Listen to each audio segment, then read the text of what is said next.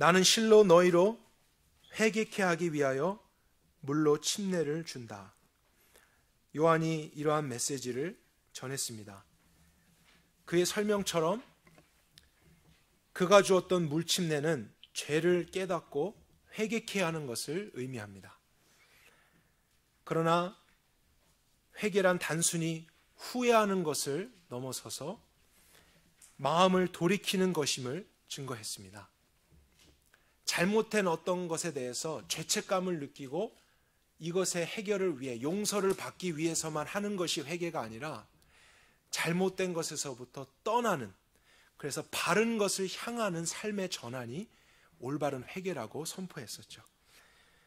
왜냐하면 마음에 돌이킴이 없는 회개는 아무리 회개했을지라도 그 사람으로 하여금 계속해서 죄의 지배를 받게 할 것이기 때문입니다. 하나님 나라에 합당한 회개는 나쁜 열매를 제거하는 그러한 수준의 회개가 아니라 올바른 열매를 맺기 위한 회개라는 사실입니다. 그런데 오늘 11절 12절부터 요한은 참된 회개의 이런 의미를 가르친 후에 자기 뒤에 오실 어떠한 한 분, 크신 분이 있다고 가리키고 있습니다. 사실 그분이 진짜인 것입니다. 그분이 구원자이십니다. 그분이 메시아시죠. 요한은 그분의 길을 준비하는 그러한 종에 불과했던 것입니다. 자기는 물로 침례를 주었지만 그분은 성령과 불로 침례를 주실 거라고 이야기했습니다. 이 메시지가 갖는 중요한 의미는 요한이 사람으로서는 굉장히 위대하고 특별한 사역을 했음에도 불구하고 그의 메시지와 사역만으로는 구원을 받을 수 없다는 것을 이야기하고 있기 때문입니다. 다시 말하면 회개하는 것만으로는 하나님의 나라에 들어갈 수 없다는 사실이에요. 아무리 진실하고 올바르고 돌이키는 회개를 했을지라도 그것만으로는 하나님의 나라에 들어갈 수가 없습니다. 반드시 그 회개와 함께 올바른 믿음, 구원자이신 그분에 대한 이해와 믿음이 있어야 그분으로 말미암는 구원을 경험하는 것입니다. 그래서 예수님과 그분의 하실 일, 요한은 그것을 성령과 불의 침례라고 설명했습니다. 그래서 특별히 오늘 이 시간에는 저와 여러분이 그 성령과 불의 침례가 무엇일까를 조금 더 자세하게 살펴보려고 합니다. 일단 오늘 마태복음에는 예수님께서 성령과 불 두 가지의 침례를 주신다고 나왔는데 여러분들이 주보 앞면을 참고해 보셨으면 좋겠습니다. 제가 오늘의 본문에 같은 내용이 실린 사복음서의 구절들을 함께 기록해 놓았습니다. 마태, 마가, 누가, 요한 모두가 오늘에 해당되는 이 내용을 같이 기록했는데요. 특징이 있습니다. 마태복음 오늘 본문과 누가복음에서는 요한은 물로 침례를 주고 예수님은 성령과 불로 침례를 주신다. 두 가지를 언급했어요. 그런데 같은 본문의 내용이었지만 마가와 요한은 물로 침례를 주지만 예수님은 성령으로 너희에게 침례를 주신다. 한 가지만을 언급했습니다. 그러면 성령과 불 침례가 있고 성령 침례가 있는가? 이런 생각을 해볼 수 있겠죠. 본문 안에서 우리가 최대한 답을 찾아보겠습니다. 성령과 불이라는 두 가지의 침례를 언급했던 마태복음과 누가복음은 특별히 그것을 언급한 뒤에 추가적인 설명을 함께 달아놓았어요. 알곡은 모아 곳간에 들이고 쭉정이는 꺼지지 않는 불에 태우시리라. 이러한 추가 설명이 있었던 마태와 누가는 성령과 불의 침례 두 가지를 언급했고요. 그러지 않았던 마가와 요한은 성령 침례 한 가지만 언급했습니다. 그러면은 분명히 뒤에 설명되었던 내용과 성령과 불 침례가 연결될 수 있다는 것을 생각해 볼 수 있겠죠. 성령 침례라는 것은 그렇기 때문에 알곡을 모아서 곳간에 드리는 것. 그것은 예수님께서 하실 영원한 생명의 침례 아니면 구원의 침례를 의미하는 것입니다. 알곡은 모아서 마지막 날에 하나님께서 영원히 보장하시고 생명으로 인도하실 그러한 침례가 있는 반면에 불침례라는 것은 쭉정이는 꺼지지 않는 불에 넣는 심판을 의미합니다. 그러니까 그러니까 예수님께서 하실 일은 사람들로 하여금 구원을 주는, 영생을 주는 침례도 하시지만 나중에 심판하시는 불의 침례도 주신다는 것을 요한이 설명하고 있는 것이죠. 사복음서에서 공통적으로 이야기하고 있는 것은 성령 침례입니다. 구원을 주시는 침례. 그럼 과연 그것이 무엇일까? 우리가 조금 더 구체적으로 이제 성령 침례에 대해서만 살펴볼 것입니다. 제가 침례교 목사로서 성령 침례를 이제 여러분하고 나누게 될 생각을 해서 굉장히 마음이 흥분됩니다. 뜨겁습니다. 왜냐하면 이것은 은사주의에 있는 교회들만이 가르쳐야 할 내용이 아니기 때문이에요. 침례교에서도 가르쳐야 됩니다. 왜냐하면 성경에 있는 내용이기 때문이죠. 그러나 우리는 성경적으로 알아야 됩니다. 그리고 성경적인 것을 깨닫고 믿고 경험해야 하는 것이죠. 그래서 저와 여러분에게 하나님이 특별한 은혜의 시간을 주신 것을 감사드립니다. 성령 침례에 대해서 살펴보려고 제가 준비하다가 먼저는 우리가 일상적으로 흔하게 사용하는 여러 표현들에 대해서 정리할 필요가 있겠다는 생각을 했어요. 크게 세 가지로 정리를 했습니다. 성령 체험, 성령 침례, 성령 충만, 이 세 가지인데 혹시 여러분들은 이 세 가지의 차이점을 알고 계신가요? 이 세 가지가 다 똑같은 것일까요? 아니면 다른 것일까요? 많은 사람들은 성령 체험, 성령 침례, 성령 충만이라는 것을 혼용해서 사용하거나 아니면 구분 없이 사용하는 경우가 있습니다. 그런데 성경에서는 이 세 가지를 정확하게 구별해서 기록해주고 있습니다. 또 그 각각의 특징과 중요성을 설명해주고 있습니다. 그래서 저와 여러분들이 특별히 성령 침례에 대해서 주목해서 보겠지만 나머지 두 개에 대해서도 다시 한번 정리를 하는 시간을 가지려고 합니다. 첫 번째, 성령 체험입니다. 사실 이 표현이 주는 뉘앙스는 성경적이지 않습니다. 왜냐하면 성령 하나님을 능력이나 신비한 현상만으로 취급할 수 있는 위험성이 있기 때문이죠. 성령 체험한다, 어떤 신비한 것을 체험한다, 이런 뉘앙스가 될 수 있습니다. 그러나 성령 하나님을 경험하는 것이라고 표현하는 것이 더 좋을 것입니다.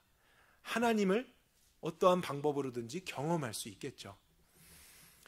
하지만 많은 사람들이 오늘도 성령 체험이라는 표현을 사용하고 있기 때문에 제가 이 시간 부득이하게 이 표현을 사용하면서 여러분과 한번 말씀을 나누도록 하겠습니다. 그래서 첫 번째, 성령 체험이라는 것은 성령 하나님의 일하심을 일시적으로 체험하거나 경험하는 것을 의미합니다. 그러나 그 성령 체험이라는 것은 외적으로 나타나는 어떠한 신비한 것만을 뜻하지는 않습니다. 내적인 하나님의 체험도 성령 체험에 속하는 것입니다. 왜냐하면 성령 하나님의 너무나 중요한 역할과 일하심 중에는 죄를 깨닫게 하는 것이 있기 때문이에요.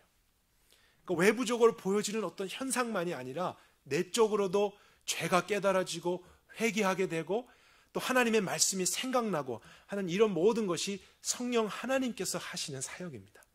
그런 것을 내가 경험하고 있다면 하나님을 체험하는 것입니다. 그러나 내적인 것만이 아닌 어떤 외적으로 체험하는 것이 개인적으로나 특별하게 있을 수 있겠죠. 중요한 특징은 이 성령 체험, 하나님을 체험한다는 것은 믿는 사람들에게만 해당되는 것은 아니라는 것이에요. 하나님은 믿지 않는 사람들에게도 특별한 체험을 허락하실 때가 있습니다. 그러니까 이것을 우리가 생각해 본다면 제가 나중에 예를 들어드릴 것이지만요, 이러한 결론을 내릴 수 있어요. 하나님을 특별하게 신비하게 경험했다고 해서 그 사람이 꼭 구원을 받은 것은 아니라는 사실이에요. 어떠한 영적인 체험을 했습니다. 이해할 수 없는 하나님을 경험했어요. 그렇다고 해서 그것이 그 사람이 구원받았다는 결정적인 증거는 아닐 수 있다는 거예요. 그 사람이 구원의 믿음을 가질 수 있는 계기나 동기는 될 수 있습니다. 그 체험을 통해 마음이 열려지고 하나님께로 향할 수는 있지만 체험 자체가 그 사람이 구원받았다는 것을 보증하는 것은 아니에요. 그것은 체험일 뿐입니다. 하나님을 경험한 것뿐이에요. 믿지 않는 자들에게도 그런 것을 하나님은 허락하실 때가 있습니다. 가장 좋은 예가 저는 이스라엘 백성이라고 생각해요.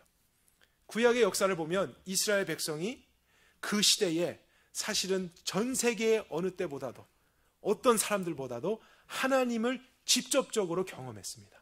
그들은 가시적으로 하나님의 역사를 가장 많이 본 사람들이었어요. 물이 터져 나오고 하늘에서 만나가 내리고 바다가 갈라지고 하나님의 음성을 들은 이러한 일들을 그들은 민족적으로 경험했습니다. 체험했었죠. 하나님을 경험했죠. 그러나 그랬을지라도요, 그들의 마음이 돌이켜지지 않자 그 체험을 주셨던 하나님께 그들은 심판을 받습니다. 그리고 죽임을 당하는 일도 있었죠. 그러한 영적인 신비한 체험이나 경험을 했다고 해서 그 사람이 다 구원을 받았다라고 이야기할 수 없는 증거가 성경에 너무나 많이 있어요. 또 개인적인 예를 찾아보면 사무엘상 10장 같은 경우입니다. 사울이 아직 이스라엘의 초대 왕으로 선출되기 이전에 사무엘을 찾아갔습니다. 근데 가는 길 도중에 성경의 정확한 표현은 하나님의 영이 그에게 크게 임하시더니 이렇게 되어 있어요. 성령 하나님께서 어떠한 특별한 일을 하셨어요. 그랬더니 사울이 갑자기 길에서 예언을 하기 시작합니다. 신비한 일을 하기 시작해요. 주변에 있던 사람들이 사울이 선지자들 중에 있더냐 하는 질문을 하기 시작합니다. 근데 여러분, 그러한 체험을 개인적으로 했을지라도 그 성경이 사울은 구원을 받았다는 것을 증거하고 있다는 것은 아니라는 사실이에요. 하나님을 특별하게 경험했을 뿐입니다. 그리고 신약에서도 제가 예를 하나 찾았습니다. 사도행전 8장 같은 경우에 빌립이 사마리아 성에서 복음을 전하고 성령의 권능에 힘입어서 어떤 능력을 행했습니다. 사마리아 성 사람들이 하나님을 직접적으로 간접적으로 경험했어요. 또 성령 하나님의 일하심에 그들이 어떤 것을 경험했습니다. 그 가운데 시몬이라고 하는 마술사가 한 명 있었는데 그도 그것을 보고 깜짝 놀란 나머지 예수님을 믿겠다 그랬어요. 하지만 그 마음속에는 숨겨진 의도가 있었습니다. 무엇이었냐면 자기도 돈을 주고 저런 신비한 능력을 사서 사람들을 놀래키는 일을 했으면 좋겠다. 자신이 주목을 받고 싶었던 거였어요. 하나님을 특별하게 개인적으로 경험했지만 그는 마음에 돌이킴을 하지 않았어요. 그 말은 회개하지 않았다는 거예요. 경험했을지라도 여전히 자신의 마음은 굳어져 있었어요. 하나님을 자신을 위해 계속 사용하려고 했던 것이죠. 그렇기 때문에 이러한 신비한 영적인 체험이나 하나님을 경험하는 일이 있다고 해서 그것이 사람의 구원을 보증하는 것이 아니라는 것은 성경의 중요한 가르침입니다. 하나님을 경험함으로 마음이 바뀌어서 오늘 요한의 메시지를 들어야죠. 회개하라입니다. 회개 없이는 구원이 없습니다. 마음을 하나님께로 돌이키는 것이 없이는 하나님의 나라에 들어갈 수가 없다는 거예요. 신비한 체험이 그 사람을 구원하는 게 아닙니다. 어떤 죽을 병에서 나음을 입었다고 해서 그것이 구원의 결정적인 증거는 아니라는 거예요. 그것은 하나님을 만나서 그 사람으로 하여금 회개의 믿음으로 초청하는 하나님의 어떠한 도구가 될 수는 있겠죠. 그래서 우리가 이것을 중요하게 생각해야 할 것입니다. 두 번째로 성령 침례를 한번 살펴보겠습니다. 성령 침례 혹은 성령 세례라고 표현되는 것은 먼저 그 그림을 생각해 보아야 합니다. 요한은 사람들에게 물로 침례를 주었습니다. 그러나 세례라고 하는 것은요, 영어로 스프링클입니다. 물을 흩뿌리다, 그런 뜻이거든요. 그러나 침례로 번역한 이 헬라어 밥티조는 어떠한 것을 무엇 안으로 집어넣다, 담그다, 잠그다라는 뜻을 가지고 있어요. 그러니까 요한은 사람들에게 침례를 주었다는 것은 그들로 하여금 죄를 고백하고 회개했을 때 영적인 상징을 생각하게 하는 거예요. 너희들이 회개한 후에 물속에 잠겨질 때 하나님이 그 죄에 대한 씻음을 주실 것이다. 그 영적인 그림을 생각하도록 침례를 준 것이죠. 마찬가지로 예수님께서 하실 일이 무엇이냐면 성령 침례라는 거예요. 이것을 성령 세례라고 해버리면 그 의미를 잃어버리게 됩니다. 왜냐하면 사람들 위에 성령을 우리가 뿌릴 수가 없기 때문이죠. 그런 의미가 아니죠. 성령님 안으로 마치 사람이 물속에 잠기는 것처럼 완전히 잠기어지는 영적인 현상을 의미하는 것입니다. 그래서 성령 침례입니다. 성령으로 주시는 침례. 그래서 이러한 것은 일시적인 현상이나 신비한 체험을 이야기하는 게 아닙니다. 예수님이 주시는 성령 침례라고 했기 때문에 예수님의 사역과 밀접한 관련이 있는 일이에요. 특별히 예수님께서 십자가에서 하시는 그 새 언약을 맺는 것과 밀접한 관련이 있습니다. 우리가 구체적인 성경의 예를 통해서 성령 침례의 의미를 한번 생각해 보도록 하겠습니다. 요한복음 3장을 펴서 우리가 한번 말씀을 확인하겠습니다. 1절입니다.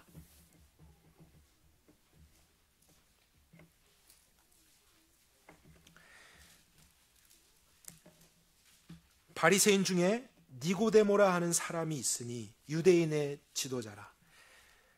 바리새파 중에서 니고데모라고 하는 사람, 그 사람은 또한 유대 사회의 지도자였습니다. 산헤드린이라고 알려진 오늘날의 국회의원 정도에 해당되는 지도자입니다.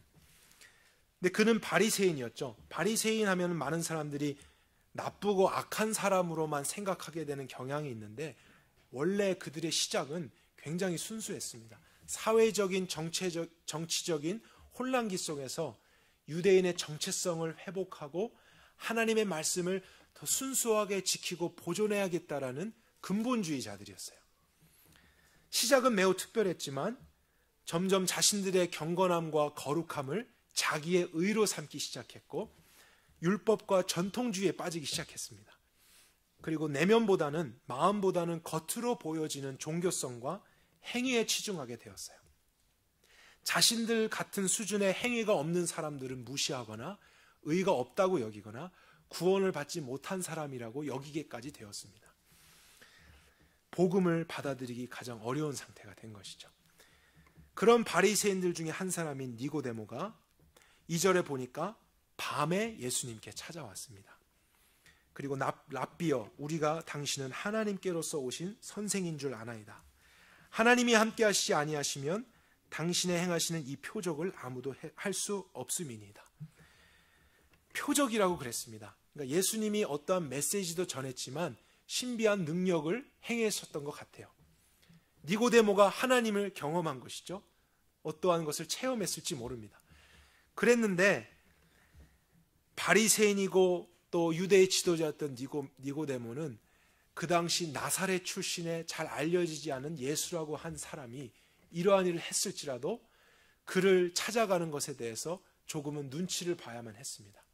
왜냐하면 사람들이 아직은 인정하지 않는 그러한 예수님이었기 때문이죠. 그래서 니고데모가 낮에 찾아가지 않고 밤에 몰래 혼자서 찾아간 것이죠. 은밀하게 가서 대화를 시도했습니다. 그분에서 어떤 메시지와 그분이 하시는 사역에 나름대로 흥미와 관심을 가졌기 때문이죠. 하지만 2절에 예수님을 랍비어라고 부르고 있습니다. 율법을 가르치는 선생, 이런 뜻입니다. 율법을 잘 아는 선생. 하나님의 아들, 메시아라고 예수님을 아직 알아보지 못하고 인정하지 않고 있는 단계에 있는 니고데모를 보게 됩니다. 그런데 이런 니고데모에게 예수님이 3절에 이와 같이 말씀하시죠. 진실로 진실로 내가 너에게 이르노니 사람이 위로부터 다시 나지 아니하면 하나님의 나라를 볼 수 없느니라. 니고데모가 어떤 의도를 가지고 예수님께 왔는지는 정확하게 알 수 없습니다. 아직 그 주제를 꺼내기 전입니다. 그런데 예수님은 니고데모를 보시자마자 본질적인 주제에 대해서 말씀을 하기 시작했어요. 또 그가 바리새인이었고 어떠한 삶을 사셨는지를 예수님은 다 아셨을 것입니다. 그리고 나서 그가 위로부터 다시 나지 아니하면, 즉 거듭나지 아니하면, 중생하지 아니하면 하나님의 나라를 볼 수 없다. 이러한 메시지를 주셨어요. 이것은 니고데모에게 충격적인 메시지입니다. 왜냐하면 그는 바리새인이기 때문에 한 번도 자신의 구원, 하나님의 백성이 아니라는 것을 생각해 본 적이 없어요. 혈통적으로 아브라함의 자손이고 이러한 율법의 의를 행하고 있었기 때문에 구원은 늘 따놓은 당상이라고 생각했습니다. 그리고 조금 더 선하게 사는 그 목표를 향해서 가고 있었죠. 근데 예수님은 그를 향해서 너가 다시 거듭나지 아니하면 하나님 나라에 들어갈 수 없다라고 이야기하지 않고 오늘 말씀을 정확하게 보시겠어요?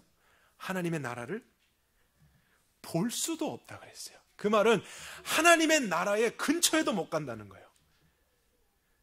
자신이 가진 의로는, 자신의 열심으로는, 혈통과 육정으로는 하나님의 나라의 근처도 못 간다.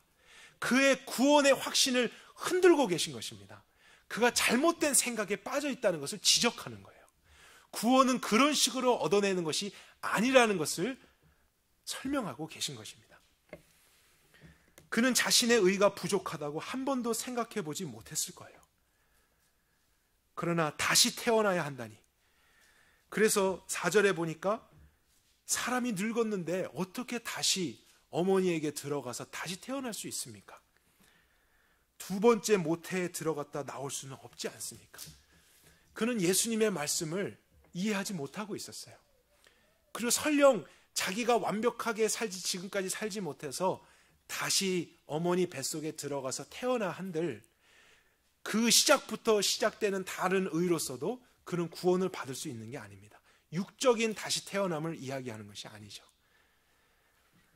예수님은 위로부터 다시 태어난다. 영적인 것을 설명하고 계십니다. 이런 니고데모에게 5절에 예수님이 다시 한번 말씀하시죠. 진실로 진실로 내게 이르노니 사람이 물과 성령으로 나지 아니하면 하나님 나라에 들어갈 수 없느니라. 잘 보십시오. 물과 성령으로 다시 태어나다, 하나님 나라 들어간다, 구원과 관련이 있는 중요한 단어들이 여기에 복합적으로 나옵니다. 그리고 이러한 단어들은요, 구약의 말씀을 잘 아는 사람, 하나님께서 마지막 때에 이루실 구원의 언약의 말씀을 아는 사람이라면 금방 들려오는 중요한 단어들입니다.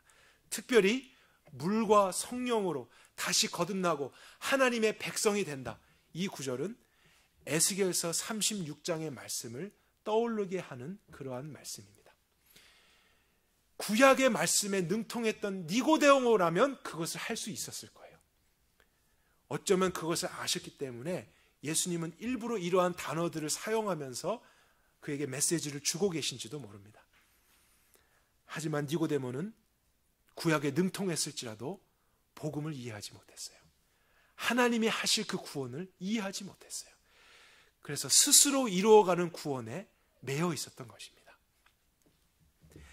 에스겔서 36장의 내용은 이런 것입니다. 이제 죄로 인해서 하나님의 심판을 받아 포로로 끌려가게 될 이스라엘을 향해서 하나님이 구원의 약속을 주시는 장면이에요. 내가 물로 너희를 씻을 것이다. 그것은 회개하며 그들의 마음을 정결케 하는 일을 하나님이 하실 거라는 언약이셨죠. 그래서 마음이 돌이켜지는 것. 그런데 그것만이 아니라 36장에 내가 너희들에게 새 정신과 새 마음을 주겠다 그러셨어요.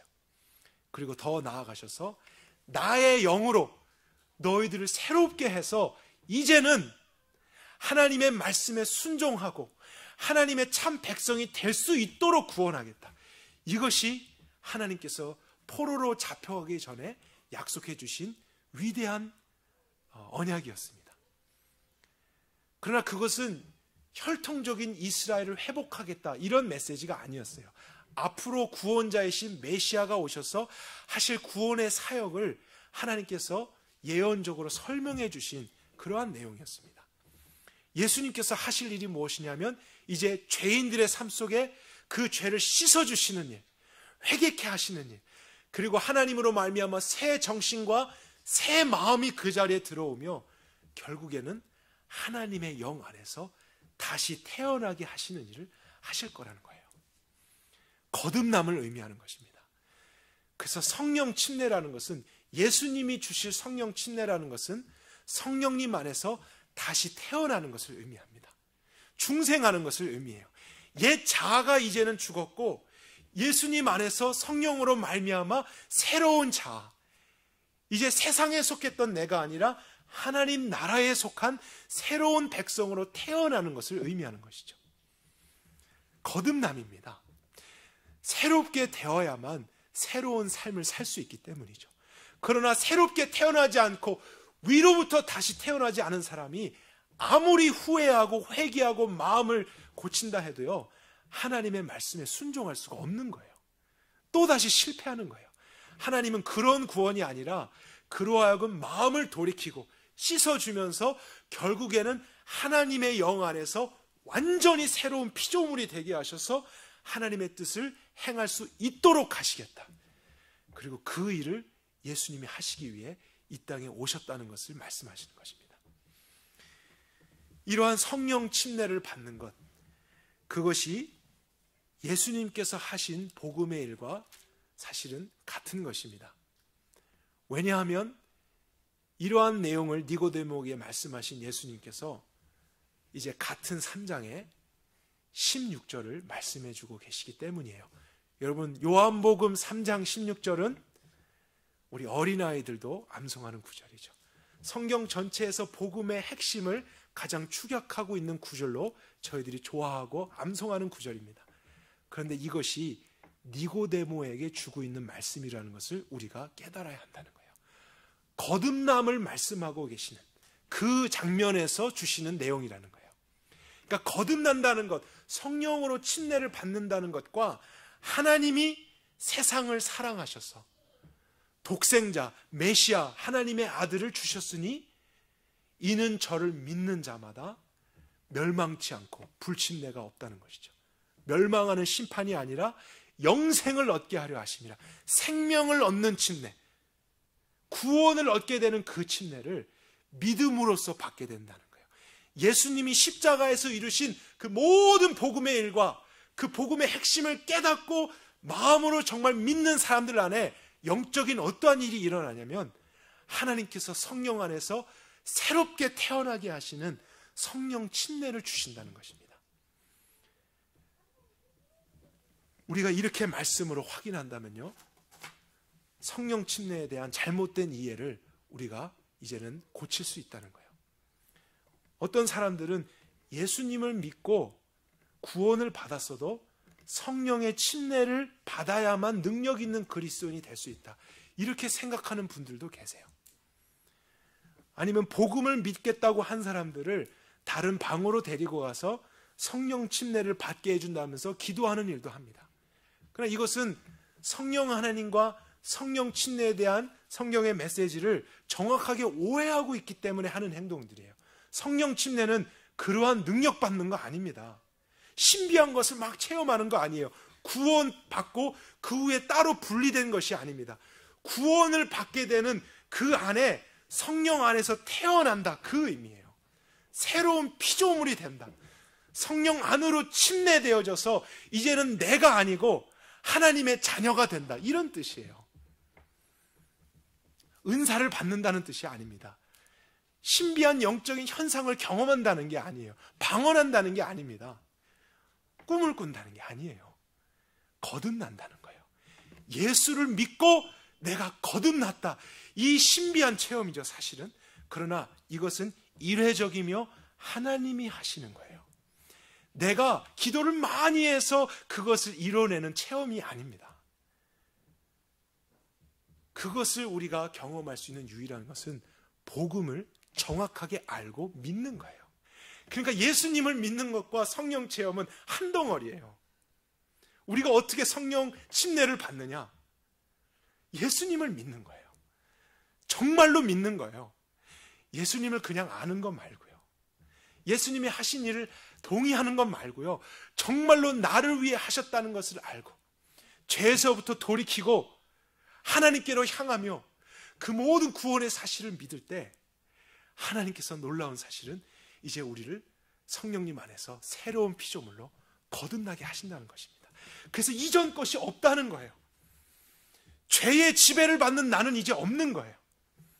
하나님의 말씀에 순종할 수 없었던 나는 이제 사라지는 거예요. 성령님 그 하나님 안에서 새로운 생명으로, 영원한 생명으로 태어나서 이제 그 생명으로 하나님의 나라의 백성의 삶을 사는 것이죠. 그러니까 바리새인이었던 니고데모는 위로부터 다시 태어나지 않는 이상은 하나님의 나라를 구경도 못하는 거예요. 그 말의 뜻은요, 니고데모가 하나님의 나라에 아직 들어가지 못했다는 것은 그가 하나님의 백성이 아니라는 것을 의미합니다. 아직 들어가지 않았죠? 그 말의 뜻은 세상에 속했다는 거예요. 죄의 지배를 받고 있다는 것을 의미해요. 아무리 경건한 삶을 살았어도요, 아무리 하나님을 주여 주여 했을지라도요, 아무리 신비한 것을 경험했을지라도요, 복음이 없이는, 예수 그리스도를 믿는 그 온전한 믿음이 없이는 구원이 없는 것입니다. 하나님의 나라에 들어갈 수가 없는 거예요. 그래서 이러한 체험은 우리에게 반드시 필요한 것입니다. 여러분, 성령 체험은, 죄송합니다, 성령 침례는 신비하게 보여지는 어떠한 현상은 아닙니다. 꼭 그런 것이 있어야만 내가 거듭났다 이런 것은 아니에요.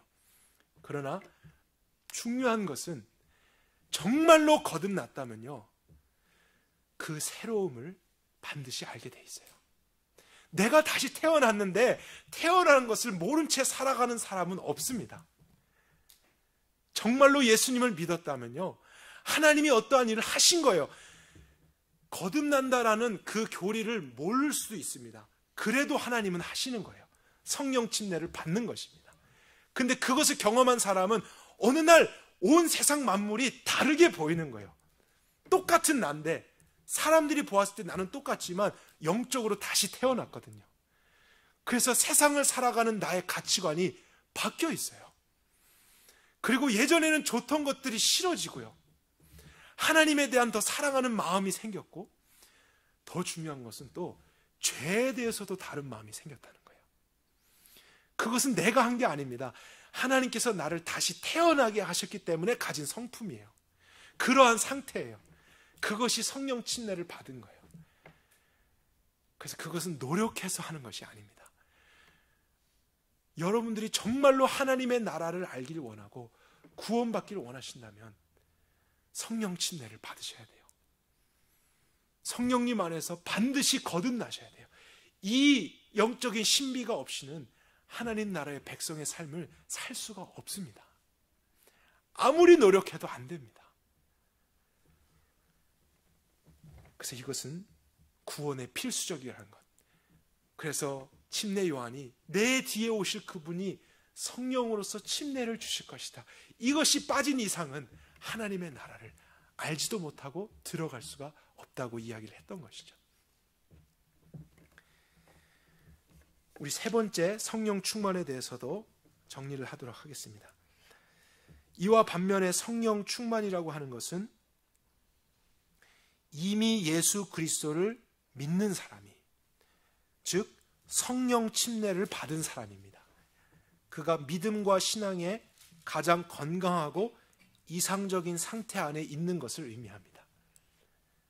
그렇기 때문에 성령 충만은 믿지 않는 사람들이 경험할 수 없는 거예요. 이미 믿는 사람들, 성령의 침례를 받아서 그분 안에 태어난 사람들이 때로는 성령의 충만함을 통해 어떠한 건강하고 완전한 상태를 경험하게 되는 것이 있습니다. 그래서 정말로 믿는 사람이라면 매일의 삶 속에서 계속해서 추구해야 될 것, 그것이 바로 성령 충만입니다. 성령 체험이 아니에요. 성령 침례는 반복되는 것이 아닙니다. 일회적인 것, 하나님이 하시는 거예요. 그것은 구원입니다. 예수님을 믿을 때. 그러나 성령 충만은 우리가 날마다 갈망하고 추구해야 되는 그러한 상태입니다. 모든 믿는 자들이 추구해야 되는 것입니다. 이것에 대한 예를 몇 가지 한번 찾아보겠습니다. 사도행전 6장에 있는 말씀입니다. 사도들이 7명의 사람들을 따로 세워서 역할을 분담할 때 6장 3절에 이렇게 이야기합니다. 형제들아, 너희 가운데서, 이 형제들 너희라는 것은 이미 예수님을 믿었고 성령의 침례를 받은 거듭난 사람들이죠. 근데 그들 안에서 성령과 지혜가 충만하여 칭찬 듣는 사람 7을 택하라 그랬어요. 그러면 성령 침례를 통해서 모든 사람이 믿음을 가진 것은 맞지만 그 안에서도 특별하게 성령으로 더 충만한 상태에 있는 사람이 있을 수 있다는 것을 우리가 발견하는 것이죠. 그래서 그런 사람에게는 특별한 직분을 더 맡기라라고 했습니다. 그래서 우리는 기도하는 것과 말씀 전하는 것을 전무하리라. 그리고 사도행전 7장에 스데반의 내용을 살펴볼까요? 그를 반대했던, 또 복음을 반대했던 사람들의 위협을 받고 죽음의 위기를 맞이합니다. 스데반은 예수님을 믿었고 성령의 침례를 받았고 거듭난 사람이죠. 신자였습니다. 그런데 그가 죽음의 위기가 있는 그 순간 찰나에 55절에 보니까 성령이 충만하여, 그 순간적으로 어떤 성령의 충만함을 그가 경험했어요. 그랬더니 하나님의 영광과 예수님께서 우편에 서신 것을 보게 됩니다. 그리고 죽음도 두려워하지 않고 오히려 자신을 향해 돌을 던지는 자들을 불쌍히 여기는 마음으로 하나님께 기도하게 되는 것. 성령 충만을 경험했던 스데반이 할 수 있었던 행동이었어요. 그리고 사도행전 11장에 바나바가 나옵니다. 제가 한번 질문을 드려볼까요? 여러분, 성경에서 바나바가 특별한 기적과 능력을 행했다는 것을 읽어보신 적 있으십니까? 바나바가 특별한 신비한 능력이나 기적을 행했다. 없으시죠? 그런데 11장 24절에 바나바는 착한 사람이요 성령과 믿음이 충만한 자라 그랬어요. 그러면 우리는 또 하나의 중요한 교훈을 발견합니다. 성령 충만한 것이라는 것은 꼭 외적으로 나타나는 어떠한 신비한 은사와 능력을 행하는 상태만은 아니라는 거예요. 그러한 것이 없는 사람일 수도 있습니다. 아무런 은사가 드러나게 없는 사람일 수도 있어요. 그러나 바나바의 특징은 뭐냐면 그 마음에서 하나님께 온전한 순종을 이루는 사람이었어요. 죄를 이기는 능력을 아는 사람이에요. 사실 성령 충만의 가장 중요한 핵심이 그거예요. 외부적으로 드러나는 신비한 은사와 능력을 받는 그것이 성령 충만 아닙니다. 내 마음에서부터 죄를 정말 이기고 하나님을 사랑하고 그분의 말씀에 온전한 순종을 이루는 것, 이 상태가 가장 이상적으로 있는 것이 성령 충만이에요. 그러니까 우리 모두는요, 은사와 능력은 행할 수 없어도 성령 충만은 반드시 받아야 돼요. 반드시 추구해야 돼요. 간절히 우리가 구하죠. 그리고 그 원리대로 살아야 돼요. 그럴 때 우리는 이 세상 가운데 하나님의 백성으로 넉넉하게 살 수 있는 것입니다. 이미 구원은 받은 자들도 성령 침례를 받은 사람이라 할지라도 일시적으로 연약해지거나 영적으로 병들거나 시험에 들 수 있다는 사실이에요. 그래서 성령의 충만함을 경험하고 다시 한번 회복될 때 우리 안에 할 수 있는 모든 것을 이미 하나님이 하셨기 때문에, 태어나게 하셨기 때문에, 거듭나게 하셨기 때문에 우리는 할 수 있다는 거예요. 우리가 그것을 믿어야 됩니다. 여러분, 복음을 믿어야 돼요. 우리의 경험을 믿어서는 안 됩니다. 우리의 이성과 판단을 믿으면 안 돼요. 하나님의 하신 그 일을 믿는 것이 우리를 구원하는 거예요. 그리고 에베소서 5장에도 이미 믿는 에베소 교인들에게 오직 성령의 충만을 받으라 그랬죠. 성령 체험하라 그러지 않았어요. 성령 침례 받아야 된다 이런 말 하지 않았습니다. 성령의 충만함을 받으라 그랬죠.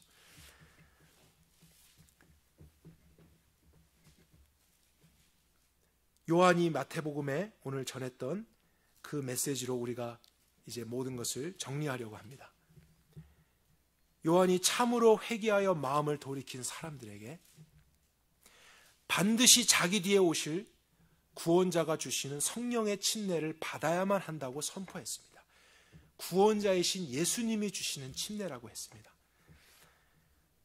회개만으로 구원이 이루어지는 게 아니라 비워지고 깨끗한 심령에 예수님께서 하신 그 일, 복음에 대한 믿음이 채워져야 진정한 구원이 이루어질 거라는 메시지였죠. 그러니까 성령의 침례를 받아서 다시 태어나야만 우리는 죄를 이기고 하나님의 백성으로 살아갈 수 있다는 것입니다. 제가 이 부분을 다시 강조하는 것은 오늘날 많은 사람들에게 이 믿음이 결여되어 있기 때문입니다. 우리가 많은 경우에 진실하게 회개합니다. 가슴을 치면서 회개하고요, 하나님께로 돌이킵니다. 그리고 저도 이런 기도를 많이 했어요. 하나님, 다시는 안 그러겠습니다.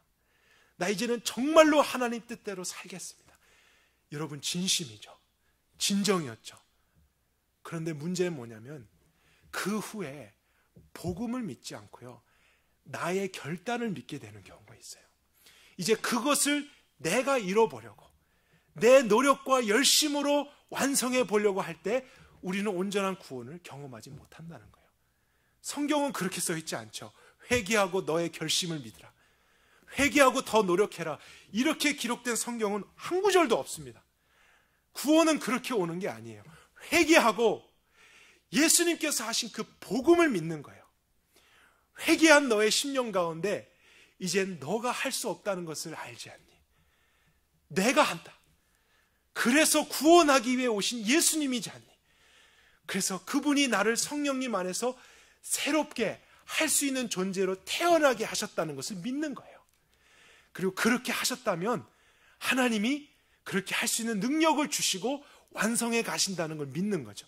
그 복음에 대한 믿음이 우리를 구원해 가는 것이지, 그 믿음 없이 내가 이제 결단하고 더 최선의 방법으로 노력하고 아무리 수고해도요, 우리는 실패할 수밖에 없어요.